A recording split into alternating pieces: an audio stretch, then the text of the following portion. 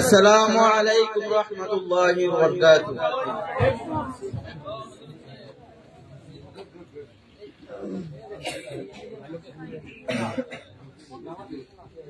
महाराजा पधार रहे हैं।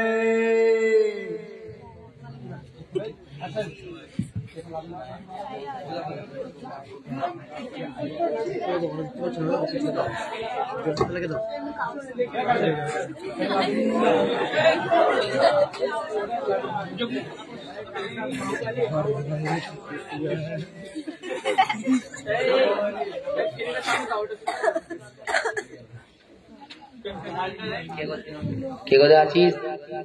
আমাকে এক গ্লাস জল দে তো।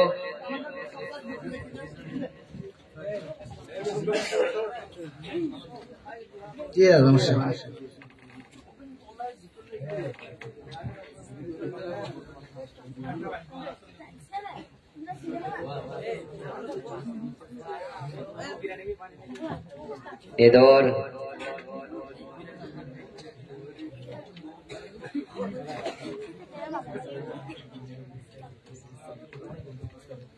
কে কোথায় আছিস রে? আমার মনোনীয় তো সেনাপতিকে ডেকে দে তো।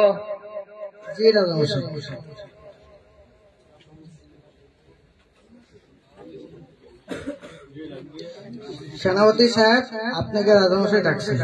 ঠিক আছে, ঠিক আছে। জি মহারাজ, বলুন, আমি আপনার জন্য কি উপকার করতে পারি?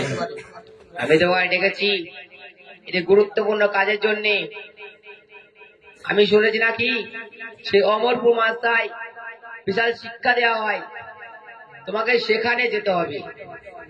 তাদের বিরুদ্ধে এমন এমন প্রশ্ন করতে হবে, সে আলেমদেরকে তাক লাগিয়ে দিতে হবে। জি মহারাজ, আমি এটাই ভাবছিলাম, আপনাকে অনেকদিন থেকে বলবো বলবো ভাবছিলাম, কিন্তু সাহস পাচ্ছিলাম না। যাই হোক, ভালোই হলো। আমি জানি তুমিই পারবে এই কাজে জয় আনতে, তার জন্য আমি তোমাকেই ডেকেছি। ঠিক আছে, তাহলে আমি কালকে রওনা দেবো। কালকেই তোমাকে যেতে হবে। তুমি আজ একটু বিশ্রাম নিয়ে নাও, কালকেই তোমাকে যেতে হবে। ঠিক আছে, ঠিক আছে। এই সেনাপতি, দাঁড়াও। কই রে, আমার সেই চাকুটা দে তো।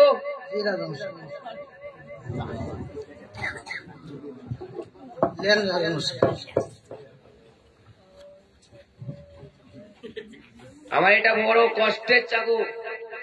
আমি যে যুদ্ধে গিয়েছিলাম, সেই যুদ্ধে আমি জয়ী এনেছিলাম। এই চাকু আজ তোমাকে দিলাম, তোমাকে গিয়ে জয়ী আনতে হবে। তাদের বিরুদ্ধে ভালো ভালো প্রশ্ন করবে, তারা যেন প্রশ্নের উত্তর খুঁজেই না পায়। আমি জানি তুমিই পারবে। আমি তোমাকে আশীর্বাদ করছি, নাও। জি মহারাজ, আমি আপনাকে কথা দিচ্ছি যে এই তরোয়ালের সম্মান আমি রাখবো। ঠিক আছে, আমি জানি তুমি পারবে। ঠিক আছে, যাও। ঠিক আছে।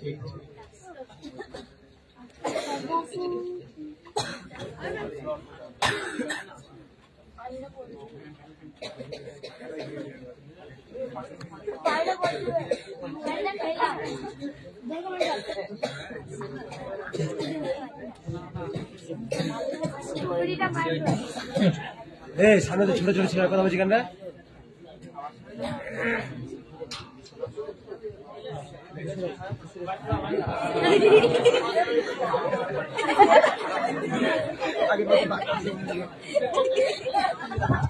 এই যে অমরপুর মাদ্রাসার মুসল্লিগণ এবং ছাত্র এবং শিক্ষকগণ, কে কোথায় আছো? আমার সামনে প্রশ্নের মোকাবিলা কে করতে চাও? আমার সামনে এসো। চলেন ইমাম সাহেব, আমরা বাজার থেকে ঘুরে আসি।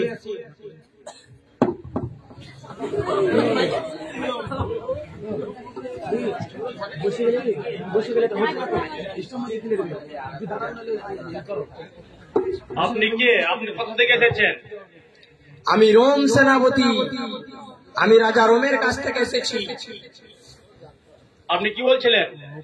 আমি শুনেছি নাকি অমরপুর মাদ্রাসায় অনেক দক্ষতা আলেম আছে। আপনি ঠিকই শুনেছেন। আমি তাদের বিরুদ্ধে কিছু প্রশ্নের মোকাবিলা করতে চাই। আপনি কি প্রশ্ন করছেন?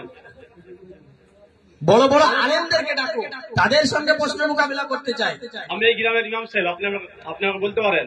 তোমাকে বলে লাভ নেই, কারণ তোমার থেকে বড় বড় আলেমদেরকে আমি ঘোল খাইয়ে ছেড়ে দিয়েছি। আপনি ভুলে দেখুন না। এত করছো যখন বলছো বলেই দিই, তাহলে বলো। আমার প্রথম প্রশ্ন, তোমার আল্লাহ এখন কি করছে? আমার দ্বিতীয় প্রশ্ন, তোমার আল্লাহর মুখ কোন দিকে?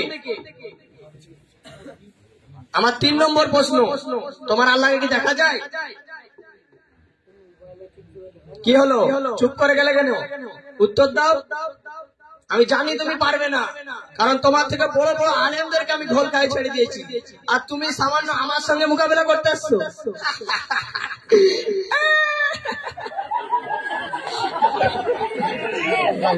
আমি জানতাম পারবে না, যাও।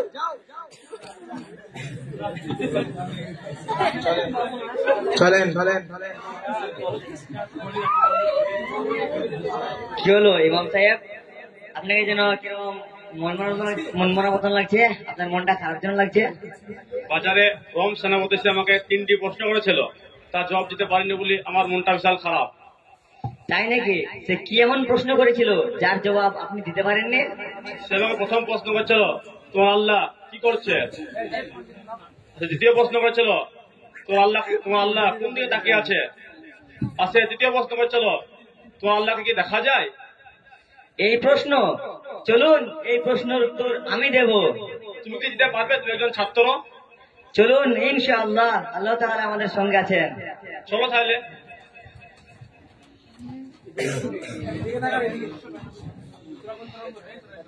এই রমান দুধ, আমি তোমার সঙ্গে তোমার প্রশ্নের চ্যালেঞ্জের মোকাবেলা করতে চাই। বলো তোমার কি প্রশ্ন? কে তুই? সামান্য একটা দুধের শিশু আমার সঙ্গে মোকাবিলা করতে চাস? তোর থেকে বড় বড় আলেমদেরকে আমি ঘোল খাইয়ে ছেড়ে দিয়েছি। এই তো এই মানুষটা এসেছিল, এক্ষুনি তোকে আমি উচিত শিক্ষা দিলাম, আর তুমি আবার একে ডেকে এনেছো দুধের শিশুকে। আপনি ওসব কথা ছাড়ুন তো, আপনি আপনার প্রশ্ন করুন। তোকে প্রশ্ন করে কি লাভ? আমার মুখটা ভাই তো নষ্ট হয়ে যাবে। আপনি প্রশ্ন করেই দেখুন না একবার। ঠিক আছে, করবো নাকি? ঠিক আছে, আমার প্রথম প্রশ্ন উত্তর দে, তোর আল্লাহ এখন কি করছে? তোমার প্রথম প্রশ্নের উত্তর দেব, কিন্তু তোমাকে আগে ওখান থেকে এখানে আসতে হবে এবং আমাকে ওখানে যেতে হবে। কেন এখানে আসতে হবে? কেন? তোমার প্রশ্নের উত্তর পেতে গেলে তোমাকে তো নিচে নামতেই হবে এবং আমাকে ওখানে উঠতে হবে। ঠিক আছে, আমার প্রশ্নের উত্তর খাতিরে আমি ওখানে যাচ্ছি।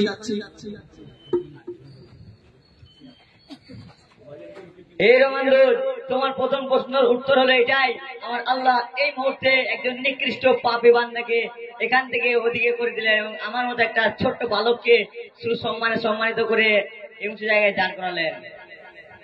ঠিক আছে, তাহলে আমার দ্বিতীয় প্রশ্নের উত্তর দে, তোর আল্লাহ মুখ কোন দিকে? এই প্রশ্নের উত্তর দিতে গেলে একটা মোমবাতির ব্যবস্থা করতে হবে। মোমবাতির ব্যবস্থা করা হোক।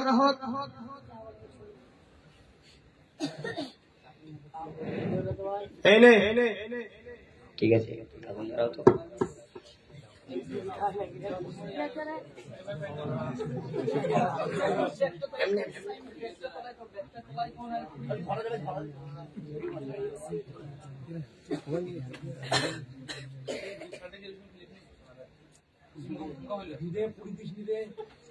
এই রমান দুধ, বলো এবার এই মোমবাতির আগুনের মুখটা কোন দিকে যাচ্ছে?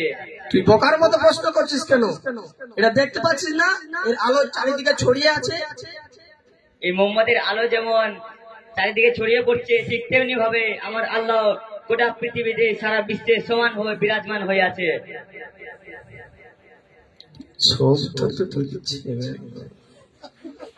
তাহলে বাছা, আমার প্রশ্নের উত্তর দিয়ে দেখা দেখি, বল আমার শেষ প্রশ্নের উত্তর। তোর আল্লাহ কি দেখা যায়? বলছি আপনার হাতে তরোয়ালটা একবার আমাকে দেন তো। কি বললি বেয়াদব? এই তরোয়াল তুই দেখতে পেয়েছিস, তাই তোর সৌভাগ্য। এটা আবার হাতে নিতে চাস? বেয়াদব, এটা তোর যোগ্য নয়। আপনার প্রশ্নের উত্তর পেতে গেলে ওই তরোয়াল আমাকে দিতে হবে। এটা আমার মহারাজ আমাকে উপহার দিয়েছে, আর তোর মতো একটা দুধের শিশুকে এটাতে দিব? তুই ভাবলি কি করে? আপনার উত্তর পেতে হলে আপনাকে তো দিতেই হবে ওটা। তা ঠিক আছে, আমার উত্তরের খাতিরে আমি এটা দিচ্ছি।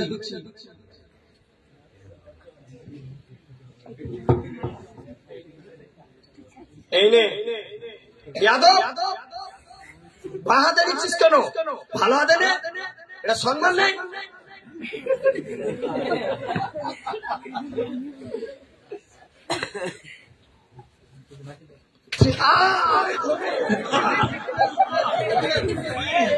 আরে মেরে ফেলুন রে যাদব, তুই আমার গায়ে হাত তুললি। এটা যদি আমি মহারাজকে বলি তোকে পরে জানে মেরে দিবে, তুই আমার গায়ে হাত তুললি। আমি আপনাকে মারলাম, আপনার ব্যথা পেয়েছে নাকি?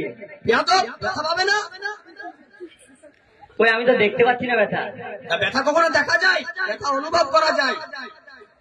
আল্লাহ তাআলা আমাদেরকে দুনিয়াতে যে চোখের পাওয়ার দিয়েছে, যে চোখের পাওয়ার দিয়ে সামান্য ব্যথা দেখতে পাচ্ছি না, তো আল্লাহ তাআলাকে কি করে দেখবো?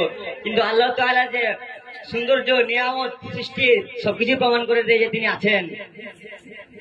তাই রে বাছা, আমি অনেক অনেক তোর থেকে বড় বড় আলেমদেরকে, না জানি কত আলেমদেরকে আমি আজ পরাজয় করেছি। আজ তোর সামান্য 10 বছরের শিশুর কাছে আমি আজ হার মানছি। তাই রে আমি আজ বুঝতে পারলাম যে অমরপুর মাদ্রাসায় সত্যিকারের দিনে ইলম শিক্ষা দেওয়া হয়। জিন্দাবাদ, জিন্দাবাদ, জিন্দাবাদ, আল্লাহু আকবার। তাই রে বাছা, আমি তো অনেক পাপ করেছি জিন্দগিতে, এ পাপের কি কোনোদিন প্রায়শ্চিত্ত নাই? আমার হাতটা ধরো, বলো আশহাদু আল্লা ইলাহা আশহাদু আল্লা ইলাহা ইল্লাল্লাহু ইল্লাল্লাহু ওয়া আশহাদু আন্না ওয়া আশহাদু আন্না মুহাম্মাদান আবদুহু ওয়া রাসূলুহু। ওয়া রাসূলুহু। ঠিক আছে, আজ থেকে তুমি আমাদের সঙ্গেই থাকবে। আসসালামু আলাইকুম ওয়া রাহমাতুল্লাহি ওয়া বারাকাতুহু। বন্ধুগণ, আমাদের মোকালামার প্রধান উদ্দেশ্য হলো যে, যেটা এখনকার দুনিয়া জামানায় যেসব মানুষ আলেমদের পেছনে, টেকনোলজির জন্য আলেমদের পেছনে সব থেকে বেশি লেগে পড়েছে। সমাজেও দেখা যায়, গ্রামাঞ্চলেও দেখা যায় কিছু পণ্ডিত মানুষ আলেমদেরকে অসম্মান করার জন্য কতই না তাদের মনে প্রশ্ন। তো আমাদেরকে তাদের সঙ্গে মোকাবিলা করতে গেলে, তাদের বিরুদ্ধে চলতে গেলে দিনী শিক্ষা ইলম অর্জন করতে হবে। আর এই ইলম আমাদের অমরপুর মাদ্রাসায় শিক্ষা দেওয়া হয়। তো আমরা সকলে নিয়ত করি আজ থেকে ভালো করে পড়াশোনা করব, এবং সামনে আমাদের যে পরীক্ষা, আবেদা পরীক্ষা, সকলের নাম নেওয়ার চেষ্টা করবো ইনশাআল্লাহ। ইনশাআল্লাহ। আসসালামু আলাইকুম।